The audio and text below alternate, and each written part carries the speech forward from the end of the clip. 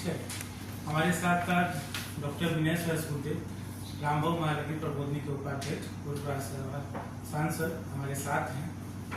साथ में CIMT की ओर से और आयोजन समिति के सदस्य कुमोद कुमार जी हमारे साथ हैं। मैं कुमोद जी से रिक्वेस्ट करूंगा कि प्रेस कॉन्फ्रेंस को आगे ले। बहुत बहुत धन्यवाद कमलाकर जी। सबसे पहले मैं आज के इस प्रेस कॉन्फ्रेंस में जितने भी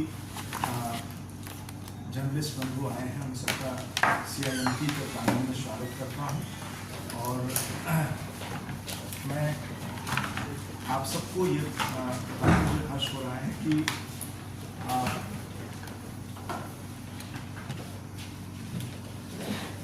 रामभाऊ प्रबोधनी के साथ मिलकर हमारा जो CIMT का सेंटर फॉर पब्लिक पॉलिसी है वो ये जो है एक नेशनल कॉन्फ्रेंस करा रहा है, जो कि बिहार में और पूर्वोत्तर राज्य में जो विकास हुआ है उसको लेकर के जो है पॉलिसी को लेकर के ये होने वाला है। मैं माननीय विनय सहस्त्रबुद्धे जी का अपने कैंपस में स्वागत करता हूं और मैं आप सब लोगों को एक बार फिर से धन्यवाद देते हुए माननीय विनय सहस्त्रबुद्धे जी को विस्तृत रूप से बात रखने के लिए धन्यवाद कुमोद जी।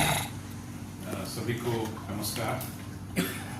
वैसे राजनीति में विकास की चर्चा अहम होनी चाहिए और विकास की राजनीति की बात न केवल हमारे प्रधानमंत्री करते हैं मगर कुल मिलाकर शायद ही कोई ऐसा राजनीतिक दल होगा कि जो विकास की चर्चा करता नहीं।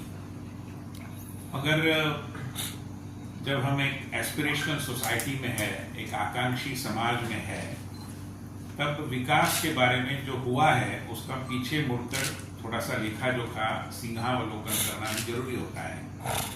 और उस दृष्टि से चुनाव की पूर्व संध्या पर बिहार पूर्वोत्तर में उभरता नेतृत्व कहिए या पूर्वोदय का प्रारंभ बिंदु कहिए, क्योंकि जो राइजिंग ईस्ट है माननीय प्रधानमंत्री जी का भी बल रहा है और हम सब जानते हैं।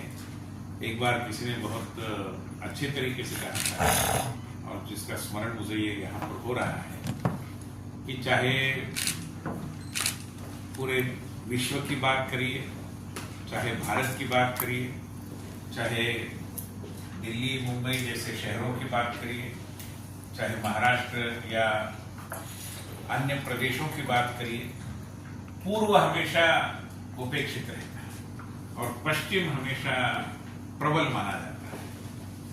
मुंबई में अगर मैं कहूँ, क्योंकि मैं मुंबई से आता हूँ, तो पश्चिम मुंबई बड़ी विकसित और संपन्न है, पूर्व मुंबई बेचारी गरीब है।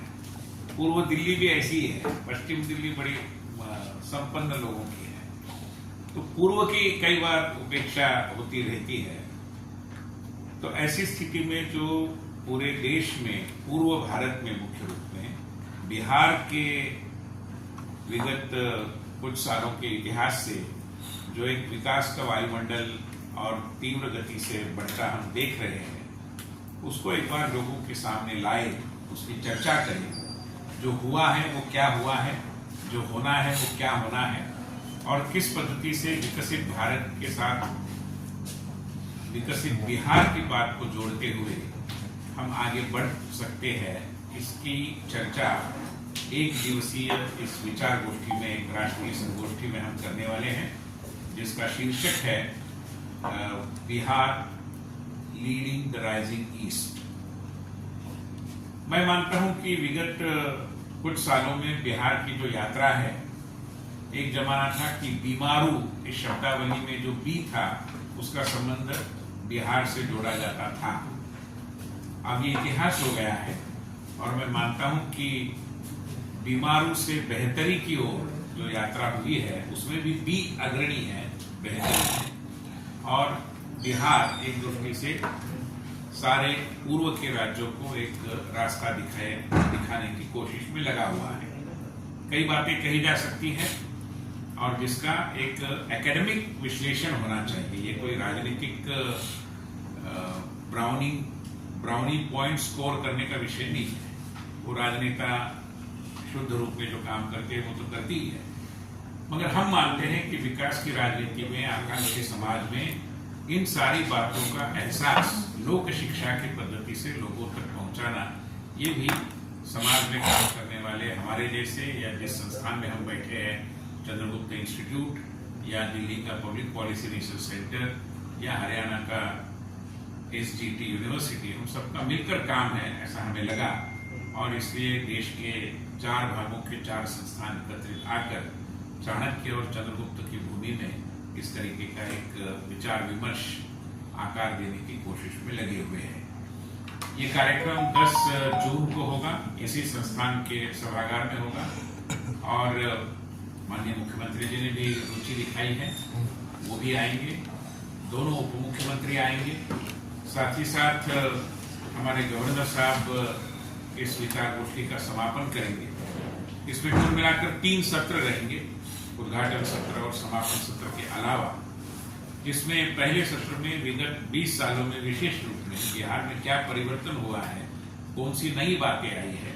जैसे कि मुझे जानकारी है कि बिहार के पुलिस दल में 50% से अधिक महिलाओं का समावेश, ये अपने आप में एक रिकॉर्ड है, और मैं मानता हूं कि इसकी भी चर्चा होनी चाहिए, बाकी भी विषयों की चर्चा होनी चाहिए। जिस पद्धति से बिहार आगे बढ़ रहा है, चाहे हरियाली कैंपेन जिसकी 3 दिनों का भी चर्चा है, जल जीवन हरियाली, तो इन सारे विषयों की चर्चा हम करेंगे। Bihar stories of innovation and impact, नवाचार और उनके परिणामों की चर्चा, जिसमें कई राजनीतिक नेता, नीति आयोग के कुछ अधिकारी, ये सारे सहभागी होंगे। एक दूसरा सत्र होगा जिसमें केंद्र ने बिहार के लिए क्या किया है, इसकी चर्चा हम करेंगे। इसमें केंद्रीय मंत्रिमंडल परिषद के एक सदस्य नित्यानंद राय समेत कई लोग सहभागी होंगे। महाराष्ट्र से ही आते हैं विनोद तावड़े, वो भी आएंगे, जिनका भी प्रबोधनी के साथ संबंध है। गुरु प्रकाश जो भी बिहार से ही है, वो भी आएंगे। अंतिम सत्र में विकसित बिहार 2047 की चर्चा हम करेंगे, जिसमें राज्यसभा के माननीय उपसभापति हरिवंश नारायण सिंह जी और नीति आयोग के मुख्य कार्यकारी अधिकारी BVKR सुब्रमण्यम, ये भी रहेंगे। और अंतिम समापन सत्र में माननीय राज्यपाल महोदय अपना मार्गदर्शन हम सबको उपलब्ध कराएंगे। तो आपके माध्यम से हम बिहार के विशेष रूप में युवाओं को अपील कर रहे हैं कि वो इस तरीके के कार्यक्रम में, क्योंकि जब विकसित भारत की चर्चा करते हैं, विकसित बिहार की चर्चा करते हैं, तो उसमें सबसे अधिक स्टेक होल्डिंग मैं मानता हूं कि युवा पीढ़ी का है। और इसलिए 2047 में जो कुछ करने गुजरने की स्थिति में होंगे, ऐसे युवाओं ने इसमें बढ़ चढ़ कर हिस्सा लेना चाहिए। रजिस्ट्रेशन हम अपनी वेबसाइट से शुरू कर रहे हैं। चंद्रगुप्त संस्थान भी इसमें पूरा कंधे से कंधा मिलाकर हमारे साथ है, और मैं मानता हूं कि जिस विकास की राजनीति की चर्चा अहम होनी चाहिए, उस दिशा में हम ये एक सार्थक कदम 4 संस्थान मिलकर, एक हरियाणा की यूनिवर्सिटी, एक दिल्ली का पॉलिसी रिसर्च सेंटर, एक मुंबई का प्रशिक्षण संस्थान और पटना का एक बहुत प्रतिष्ठित संस्थान, ऐसे मिलकर काम कर रहे हैं। क्योंकि हम मानते हैं कि बिहार की चर्चा केवल बिहार के लोगों ने नहीं करनी चाहिए, पूरे देश में करनी चाहिए, और सारे देश के लिए ये लागू है, क्योंकि सारे प्रदेश आखिरकार इस देश के अभिन्न अंग हैं। जो भी मुझे कहना था मैंने कहा है। अगर आपके मन में कुछ सवाल है